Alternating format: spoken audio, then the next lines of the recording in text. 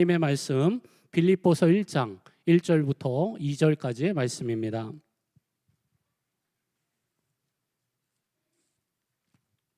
빌립보서 1장 1절과 2절 우리 두 절의 말씀을 한 목소리로 같이 한번 읽겠습니다. 시작. 그리스도 예수의 종 바울과 디모데는 그리스도 예수 안에서 빌립보에 사는 모든 성도와 또한 감독들과 집사들에게 편지하노니 하나님 우리 아버지와 주 예수 그리스도로부터 은혜와 평강이 너희에게 있을지어다. 아멘.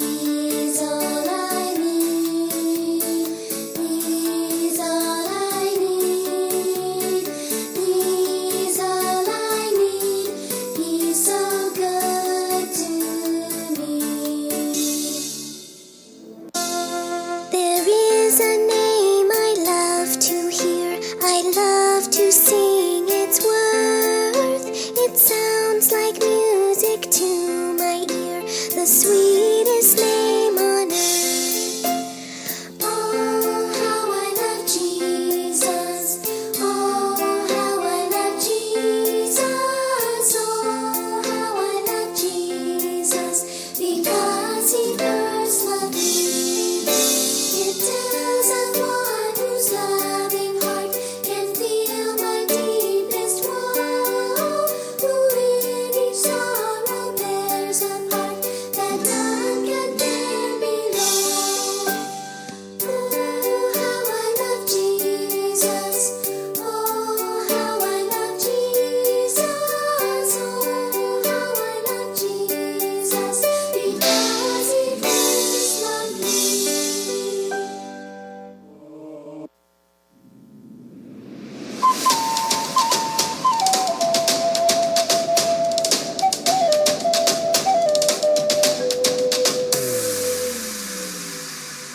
Su amor nunca falla y es para siempre. Grande es Dios, grande es Dios. Mi Dios está conmigo en donde me encuentre. Grande es Dios, majestuoso Dios. Grande eres para mí, amor monumental. Nos salvó a ti y a mí, majestuoso Dios, es majestuoso Dios. Mi Dios está en control, Él siempre me cuida. Grande es Dios, grande es Dios. Dios es muy fuerte, Él consuela mi vida. Grande es Dios, majestuoso Dios. Grande eres para mí, amor monumental. Nos salvó a ti y a mí, majestuoso Dios, es majestuoso Dios. Grande es Dios, Es majestuoso. celebrad. Celebrar. Grande es Dios, Es majestuoso. celebrad. Celebrar. Majestuoso Dios, grande eres para mí, amor monumental. Nos salvó a ti y a mí, majestuoso Dios, grande eres para mí. 지난 4월 1일에 있었던 우리 멕시코 단기 선교 영상이었습니다. 수고하신 분들을 위해서 박수를 한번 격려해 주시면 감사하겠습니다. 광고에 대한 것을 한 두 가지만 다시 한번 좀 부연해 드리려고 하는데요. 우리 주보에 이렇게 끼어드린 귀한 프린트물 하나를 좀 보시면요. 거기에 두 가지 광고가 있습니다. 여호수아 전도대 기도 순례가 그동안은 팬데믹 동안에 기도 사역만 했는데 이제 돌아오는 목요일부터는 직접적으로 가서 전도도 하고 대면으로 사람들에게 전도지를 나눠주면서 또 복음을 전하는 그런 일들까지 이제 병행하게 된다라고 하는 내용이 있고요. 또 토요일 여호수아 전도대들은 아침에 일찍 이제 일정한 장소에 가서 함께 사람들을 만나며 전도하는 일들이 이루어지게 됩니다. 뒷면에 보시면 LTC 전도 훈련이라 그래서 전도 훈련을 통해서 그동안 많은 열매들이 있었고요. 또 전도에 대한 열망이 있으신 분들은 개인적으로 많이 나가셨는데 그런 열망과 이렇게 달란트들을 조금만 훈련 받으시면 더 효과적으로 이렇게 전도를 하실 수가 있습니다. 그래서 이번에 전도에 대한 훈련을 4주 과정에 걸쳐서 하게 됩니다. 그래서 주일날 강의가 있게 되고요. 그다음에 실습은 우리 주중에 이제 그 클래스마다 이루어지게 되는데 나가시다 보면 라비 데스크에 그 신청서가 있습니다. 이 부분에 좀 훈련받기를 원하시는 분들이 계시면 그 신청하셔서 담당하시는 우리 김창군 목사님과 엄연옥 권사님에게 좀 알려주시면 좋은 훈련의 시간이 되리라고 믿습니다. 한 가지 더 말씀드릴 것은 엘살바도르 비전 트립이 이제 5월 15일부터 17일 동안 2박 3일에 걸쳐서 있게 되는데요. 이번 비전 트립은 우리 교회가 파송한 황병철 선교사님의 선교지를 좀 돌아보고 가을에 있을 단기 선교팀을 위한 선교지 답사 형식으로 가게 됩니다. 근데 이것이 먼저 목적이었는데 이번에 감사하게도 선교 현장에 선교센터가 이제 완공되어 가고 있습니다. 그래서 선교센터 헌당식 예배에도 겸해서 드리게 됩니다. 황병철 선교사님이 편지를 좀 보내셨는데 이 선교센터 헌당식이 팬데믹 동안에 이루어지게 됐어요. 그 건물 건축이 그러면서 많은 비용적인 예상보다 뭐 2배, 3배 이상 올라가고 그래서 좀 비용적인 모자람이 있다고 합니다. 우리 성도님들 마음에 기도하시면서 혹시나 이 헌당식의 건물을 마무리하는데 여러분의 귀한 물질을 좀 보태주시면 이 모든 것이 잘 마무리돼서 아름답게 헌당식을 이룰 수 있게 되리라고 봅니다. 그래서 우리가 미리 좀 보내드리면은 헌당식 하기 전에 완공될 수 있으리라고 봅니다. 감사합니다. 우리 서로를 향하여서 축복의 인사 좀 나누실 때 앞뒤 좌우에 계신 분들하고 성대 교제 나누겠습니다. 축복합니다. 감사합니다.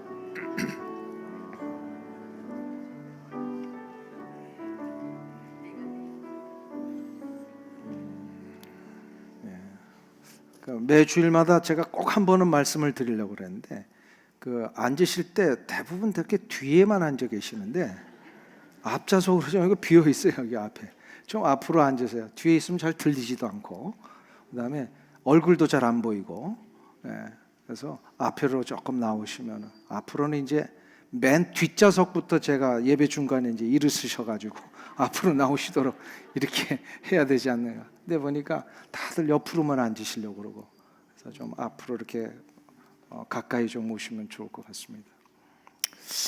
바울의 서신서를 포함한 고대의 편지에는 크게 세 가지의 형식을 띠면서 이렇게 서신이 시작이 되는 게 관례입니다. 첫째는 그 발신자가 누구인지, 그러니까 보내는 사람이 누구인지, 그리고 또 수신자가 누구인지, 받는 사람이 누구인지, 그리고 이 편지를 받는 자들을 향한 편지의 가장 중요한 인사말이 제일 서두에 나옵니다. 이게 이제 고대 서신서의 아주 전형적인 형식이었는데 오늘도 그 형식에 따라서 빌립보서 1장을 시작하면서 사도 바울이 그 처음에 이 빌립보서를 쓰는 발신자가 누구인지를 밝힙니다. 바로 바울과 디모데다. 실은 모든 저자의 능력은 권한은 바울에게 있지만 이 사역 속에 함께 동역을 했기 때문에 디모데의 이름을 같이 삽입한 것이 아닌가 싶습니다. 그리고 이 편지를 받는 빌립보서를 받는 대상자들은 당연히 빌립보 교회의 교우들이겠죠. 성도들이겠죠. 그리고 저들에게 이제 은혜와 평강이 있기를 간절히 소원하는 인사의 말을 전하고 있습니다. 오늘 짧은 1절과 2절이지만 오늘 본문에서 우리가 좀 생각해 보고 싶은 중요한 세 가지가 있습니다. 첫째는 왜 사도 바울이라는 표현을 쓰지 않고 바울은 오늘 사도라는 말을 빼고 그냥 사용했던가? 그리고 두 번째로는 바울이 스스로에게 붙인 종이라는 말은 무슨 뜻인가? 그리고 마지막 세 번째로 이 편지를 받아들이는 빌립보 교회 교우들에게 사도 바울이 성도라고 하는 표현을 썼는데 과연 성도는 무슨 뜻인가? 어떤 의미에서 이 단어를 썼는가? 이 세 가지를 오늘 한번 살펴보려고 합니다. 첫 번째로 왜 바울은 빌립보 교회 성도들에게 자기 자신이 사도라는 말을 쓰지 않았을까요?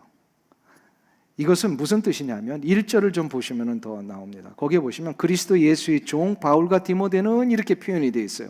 보통 바울은 다른 서신서에서는 스스로를 예수 그리스도의 사도된 나 바울은 뭐 이렇게 표현을 하잖아요. 그러니까 자기가 사도라고 하는 것을 늘 밝힙니다. 근데 이 빌립보서는 사도라는 말을 쓰지 않았어요. 그건 의도가 있기 때문에 그래요. 그냥 종이라는 말만 썼어요. 바울이 자신이 사도라는 말을 썼을 때는 그 서신서를 받는 교회들마다 사도 바울에 대한 사도권에 대한 시비가 있었기 때문입니다.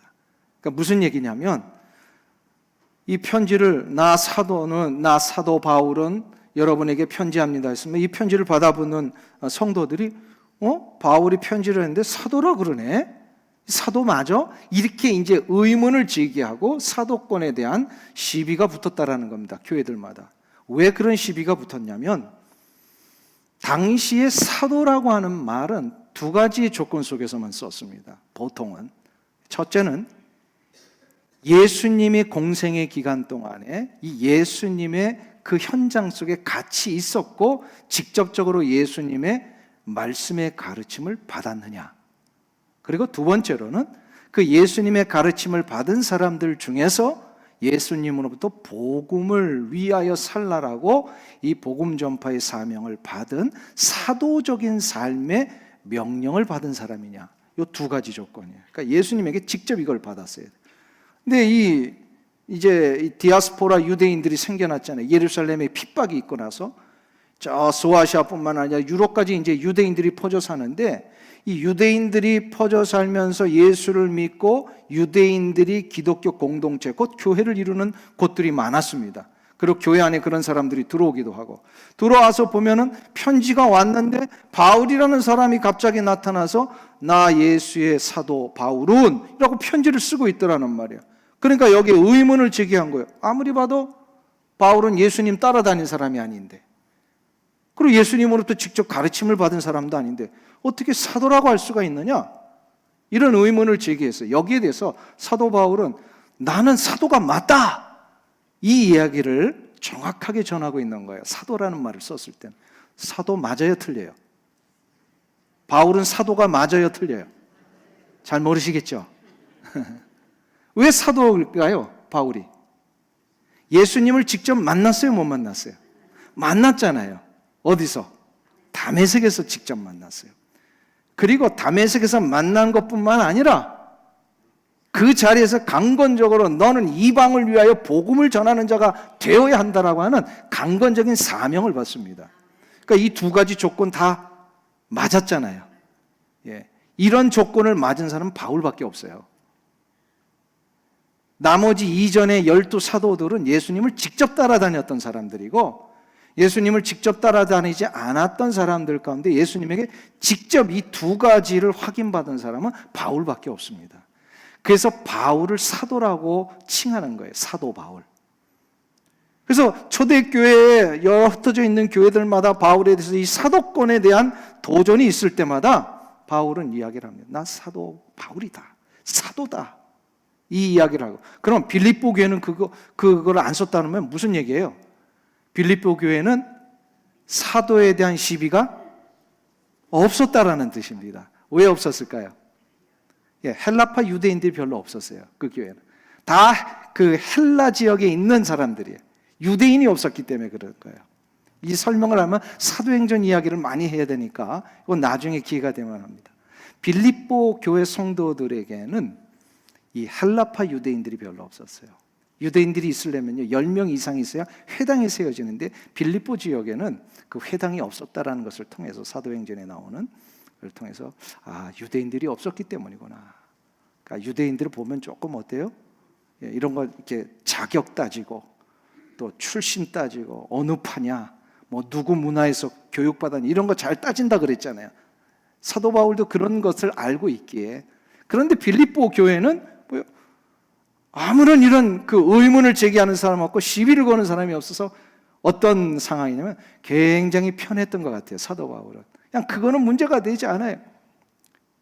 보통 복음을 받아들일 때 잘 받아들이는 사람들은 어떤 사람들입니까?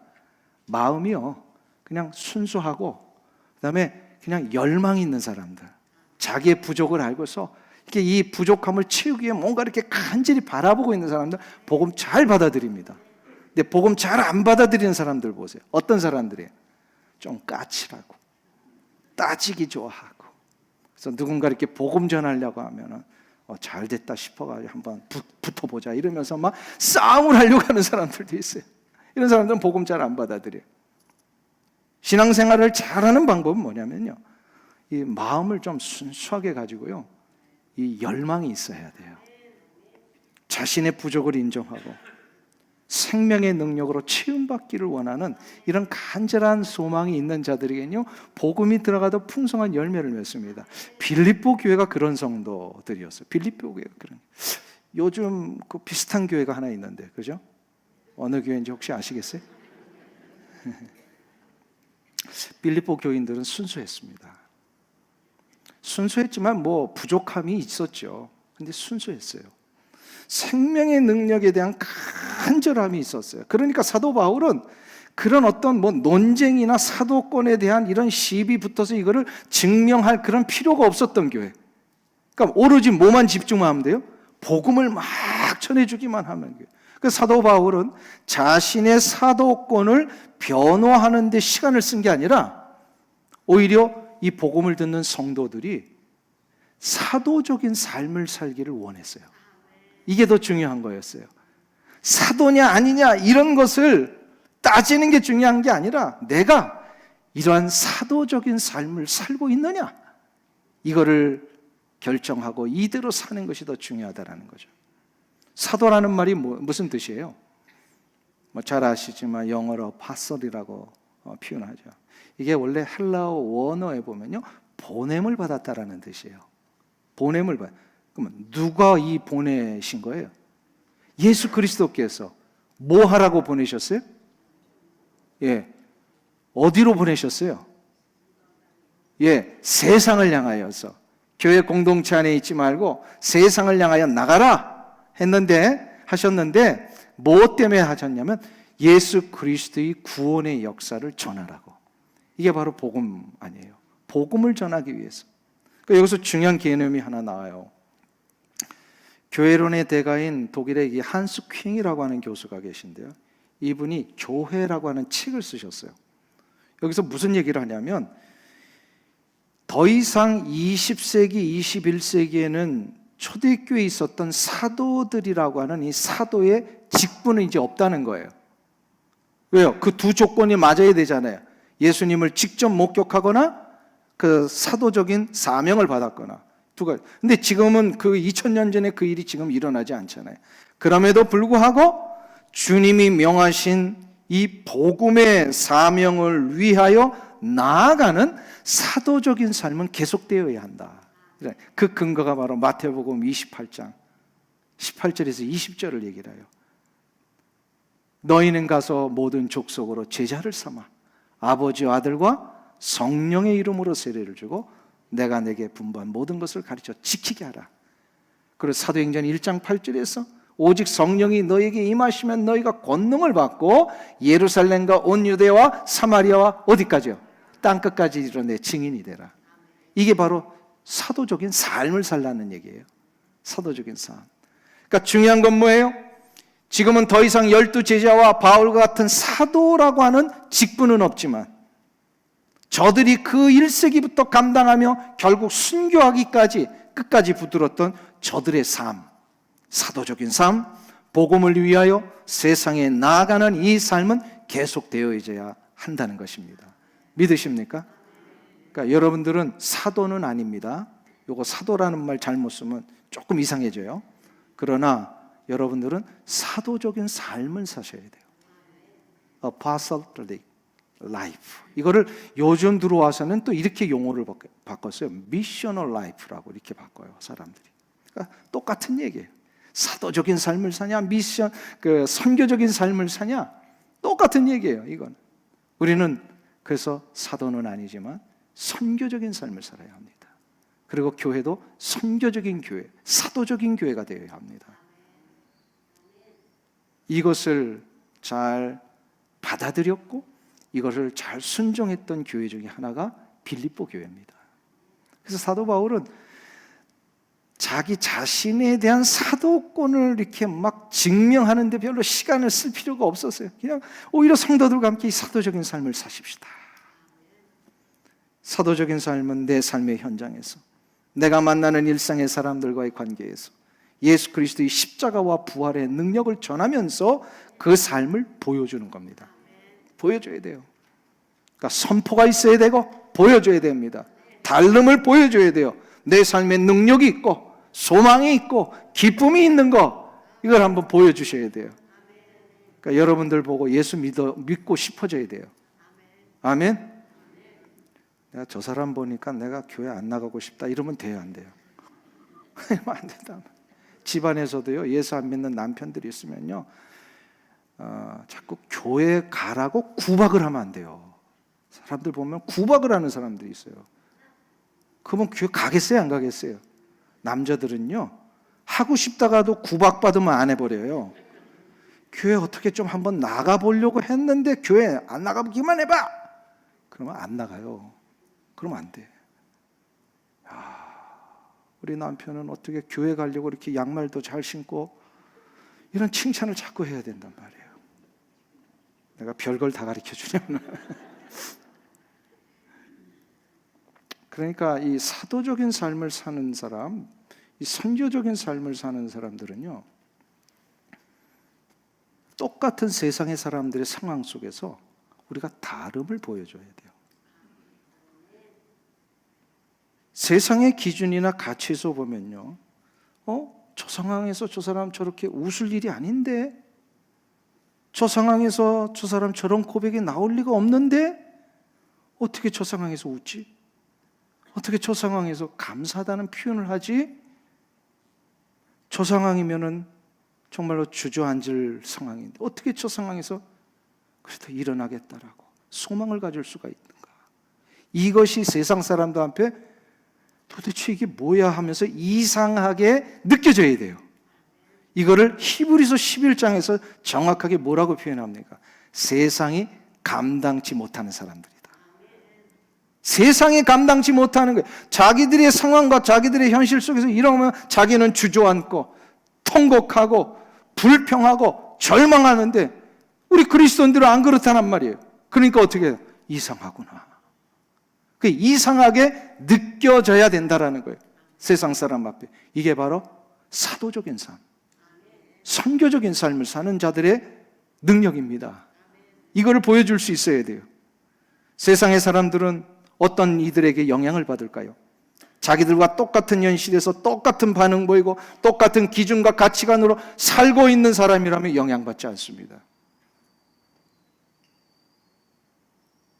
누구나 다 하는 어떤 반응이 아니라, 누구나 다 똑같이 보여주는 그런 말이 아니라 전혀 다른 말로 더 다른 상황에 있는 것처럼 보여주는 그러한 그리스도인들에게 영향을 받게 되어 있습니다.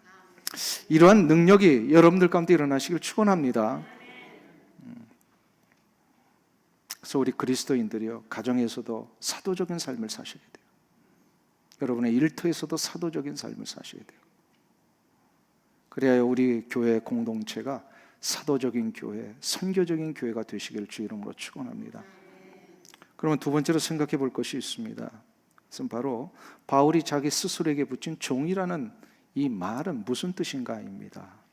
성경에서 종이라는 표현은 구약과 신약의 의미가 조금 달라요. 구약에서 나오는 이 종이라는 표현은요, 하나님으로부터 특별한 부름을 받아 일을 했던 사역자라는 뜻이 강하게 들어 있습니다. 그러니까 예를 들어서 하나님의 종 모세, 하나님의 종 여호수아, 또 하나님의 종 다윗과 같은 이런 표현들이 있잖아요.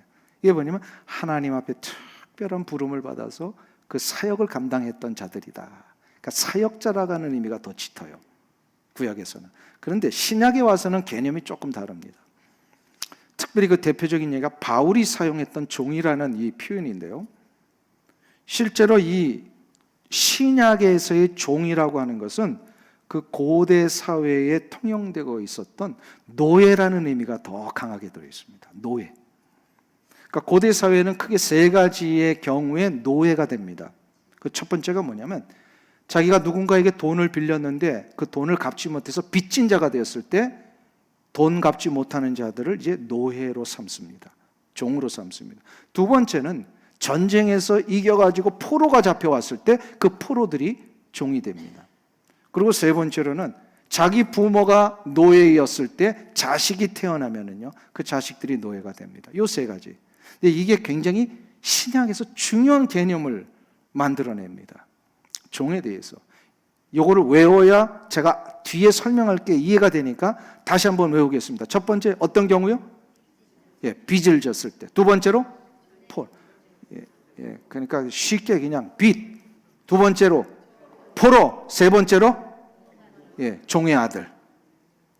태어나면 그렇게 되는 거예요. 자, 세 가지 개념으로 해서. 자, 그런데 우리가 바로 그런 사람들이었다라는 거예요. 어떻게 해요? 우리는 뭐예요? 죄값을 치르지 못한 자들이에요. 우리 스스로는 죄값을 치르지 못했어요. 그래서 언제나 우리는 죄의 포로로 살고 있었어요. 그래서 우리는 죄 가운데 태어난 자들이에요. 이 세 가지가 다 죄의 노예로 살았다는 증거잖아요.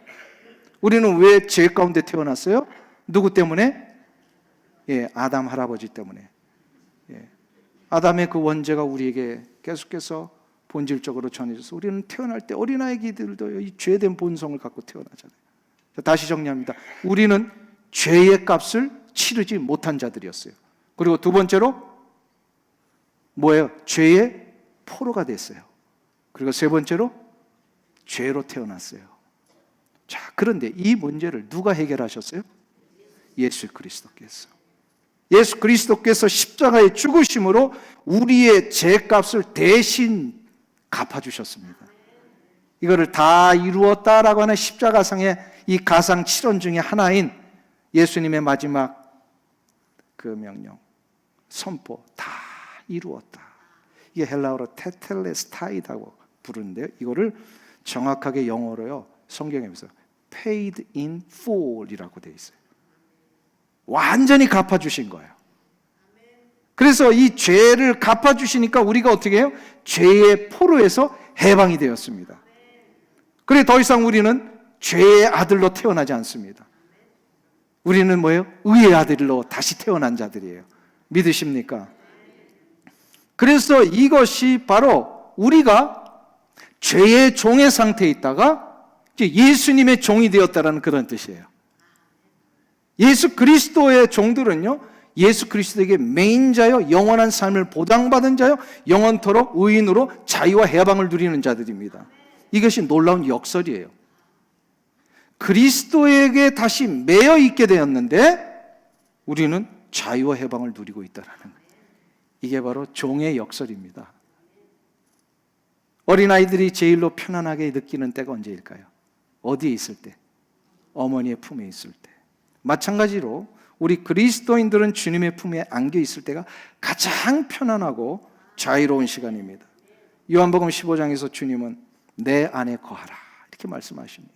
내 안에 거할 때만이 어떻게 해요? 열매를 맺고 우리가 원하는 대로 응답을 받는다 이렇게 말씀하시잖아요.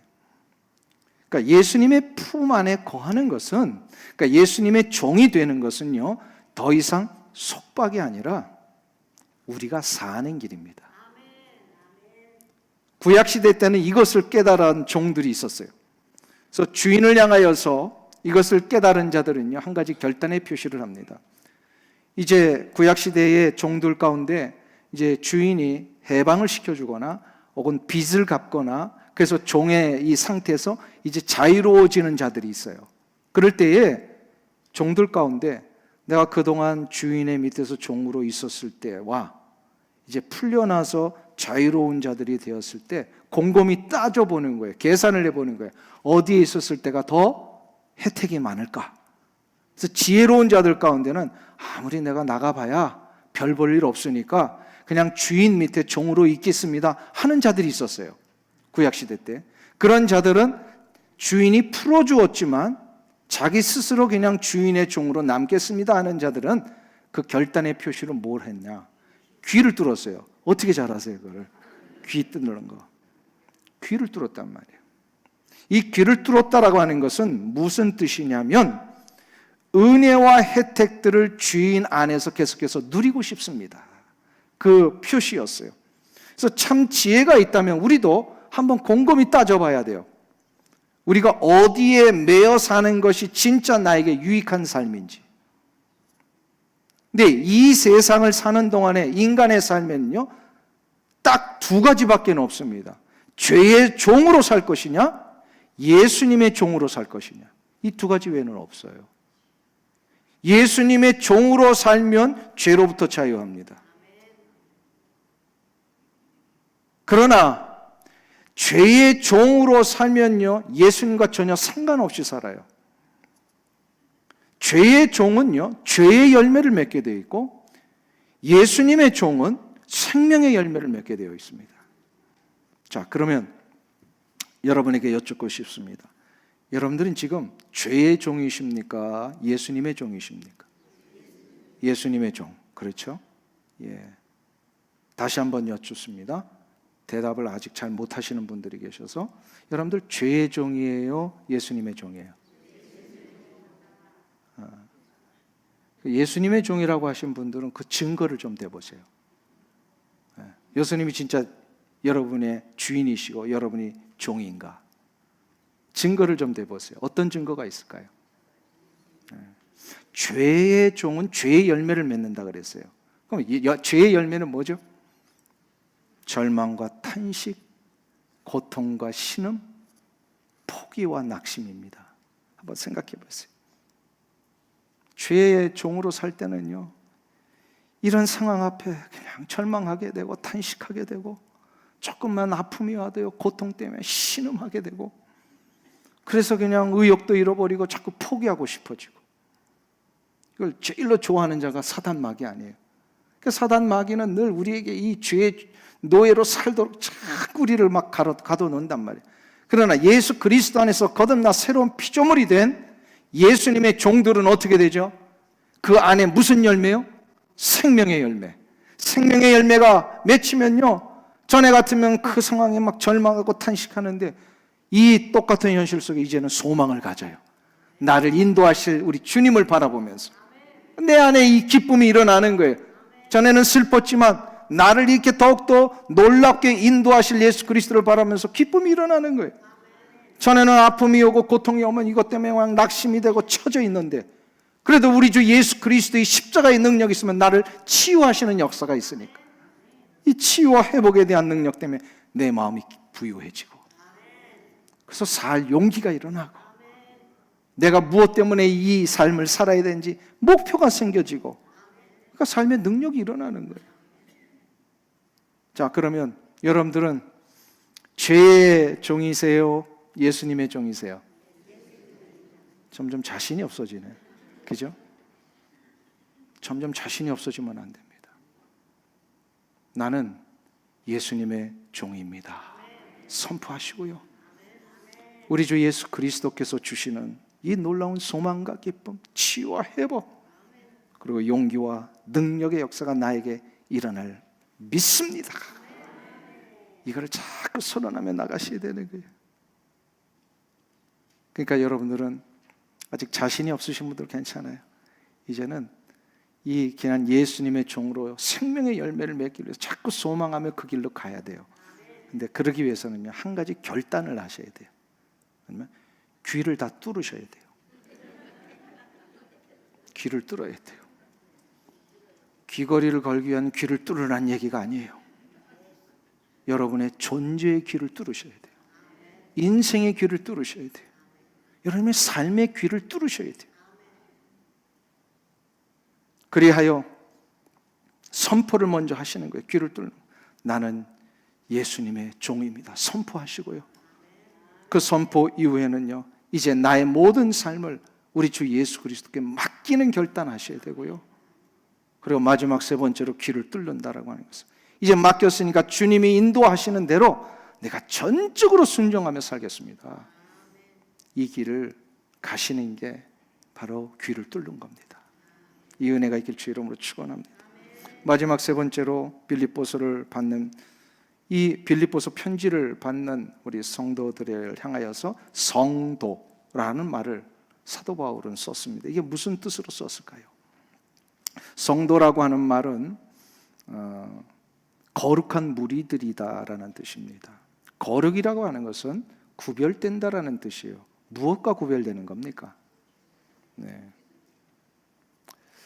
뭐 죄로부터 구별이고요, 세상으로부터의 구별입니다. 그렇게 구별된 무리들이 있다라는 거예요. 그래서 빌립보 교회 성도들을 향하여 당신들은, 여러분들은 거룩한 무리들입니다 라고 얘기를 했습니다. 그런데 실제로 빌립보 교회에 속해 있는 교우들 속에는요, 이렇게 세상과 이렇게 구별되지 못하게 사는 사람들도 꽤 있었던 것 같아요. 성도라고 불릴 수 있었던 그런 뭐 대표적인 교회가 있다면, 뭐 자주장사 루디와 같은 이 교회 개척자 같은 사람들은 뭐 이렇게 불릴만 하죠. 구별되니까. 근데 얼마 전까지만 해도요, 그 지역에서 점치던 소녀도 이 빌립보 교회에 들어오게 됐어요. 그리고 이 사도 바울을 그렇게 혹독하게, 아주 잔혹하게 고문하며 가두고 막 매질을 했던 빌립보의 간수도 이제 예수 믿고 빌립보 교인이 되었어요. 근데 나중에 보니까 교회가 조금 안정이 되고 편안해지고 그러니까 사람들이 마음이 해이지다 보니까 너가 옳으냐 내가 옳으냐, 너가 높냐 내가 높냐 이러면서 싸움하는 일들도 빌립보 교회 안에 있었어요. 이 대표적인 싸움을 했던 두 여집사가 있어요. 누군지 혹시 아세요?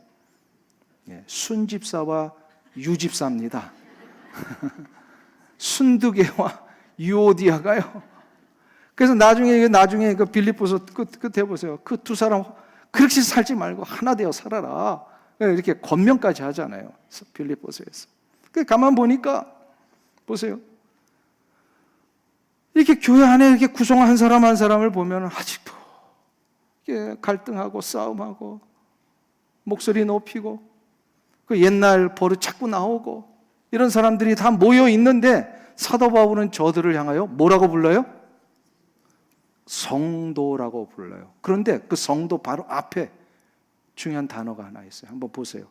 뭐라고 부릅니까? 1절을 우리 다시 한번 보세요.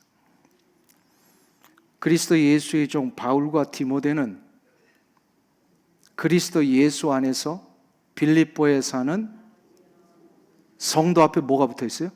모든 성도라 그랬어요. 유집사와 순집사 빼고 성도들이요, 그렇게 얘기를 하지 않고 그 싸움을 하고 교회 문제를 일으켰던 그 사람들도 포함해서 옛날 버릇 자꾸 나오는 그 아무개를 포함해서 모든 성도들이요, 이렇게 얘기를 하고 있단 말이에요. 이것은 무엇을 얘기를 하는 겁니까? 사도 바울은 저들의 앞으로 되어질 성숙한 가능성을 보고 있는 거예요.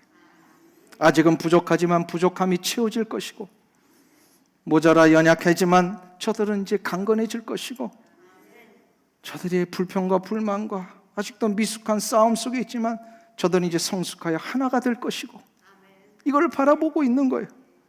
그래서 저들이 온전해져서 우리 주 예수 그리스도 앞에 정말로 믿음으로 잘 성장할 것을 사도 바울이 미리 내다보고 있는 거예요. 아멘. 실은 이것이 우리가 교회를 바라보는 자세여야 할 줄 믿습니다.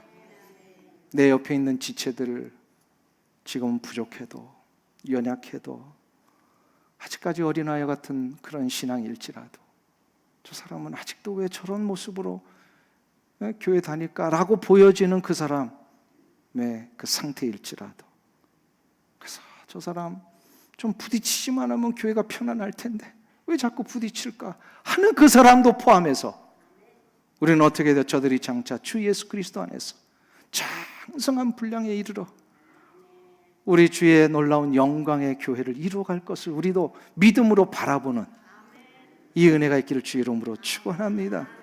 그래야 우리 모두도 서로를 향하여서 아무개 성도니 부를 수 있기를 축원합니다. 그래서 옆에 분의 좀 손을 좀 잡아주시고요. 기대하겠습니다. 기대하겠습니다. 잘 하실 줄로 믿습니다. 그런데 억양이 조금 이상하면요, 그럼 내가 잘 못하고 있다는 얘기요? 그렇게 들릴 수 있으니까요. 자, 정말로 너그러운 마음으로 기대합니다. 잘 하실 줄로 믿습니다. 왜요? 우리를 그렇게 주님이 부르셨잖아요. 나같이 부족한 자, 나같이 이렇게 성격이 못된 자를 주께서 부르셔서 하나님 자녀 삼으셨고 나의 이 허물을 보지 아니하시고 다 덮으셔서 거룩한 의인으로 칭하셨잖아요. 우리가 이 은혜가 우리 모든 교우들 가운데 그리고 여러분의 가정 속에 일터 속에 일어나시길 주의 이름으로 축원합니다. 기도하겠습니다.